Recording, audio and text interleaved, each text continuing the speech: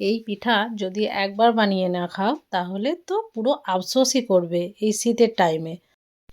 তো এই পিঠাটাকে মোমো বলবে না পিঠা বলবে সেটা তোমাদের ব্যাপার। দুর্দান্ত হয়েছিল খেতে।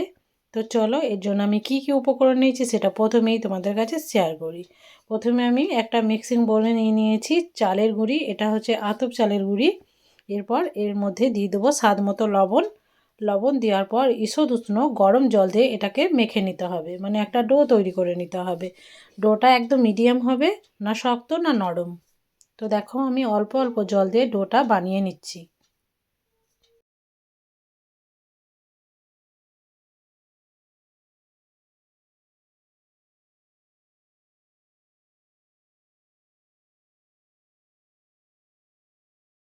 তো বন্ধুরা দেখো ডোটা আমি বানিয়ে নিয়েছি।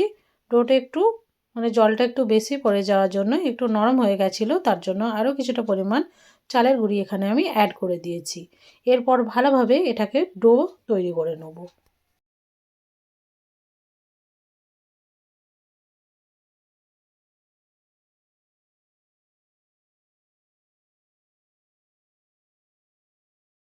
তো হাতে করে ভালোভাবে মেখে নিতে হবে। তো খুব সুন্দরভাবে দেখো আমি মেখে নিয়েছি, আর ডোটা ঠিক এইরকম হবে। তো দেখি বুঝতে পারছো না শক্ত না নরম, মিডিয়াম। এরপর চলো আমি সেই দুধের প্যাকেটটাতে ভরে নিচ্ছি ডোটাকে। তো অল্প অল্প করে ভরে নিতে হবে। তো ঠিক এরকমভাবে আমি কেটে নিয়েছি।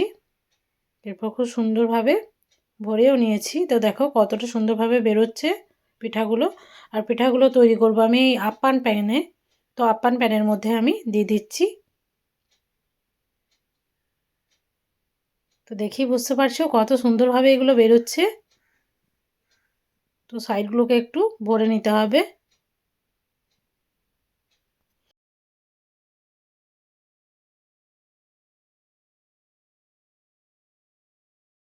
তো বন্ধুরা দেখলে তো কত সুন্দরভাবে, মানে স্ট্রিং ছাড়াই বা মেশিন ছাড়াই যে দুধের প্যাকেটে এরকমভাবে পিঠা তৈরি করা হয়।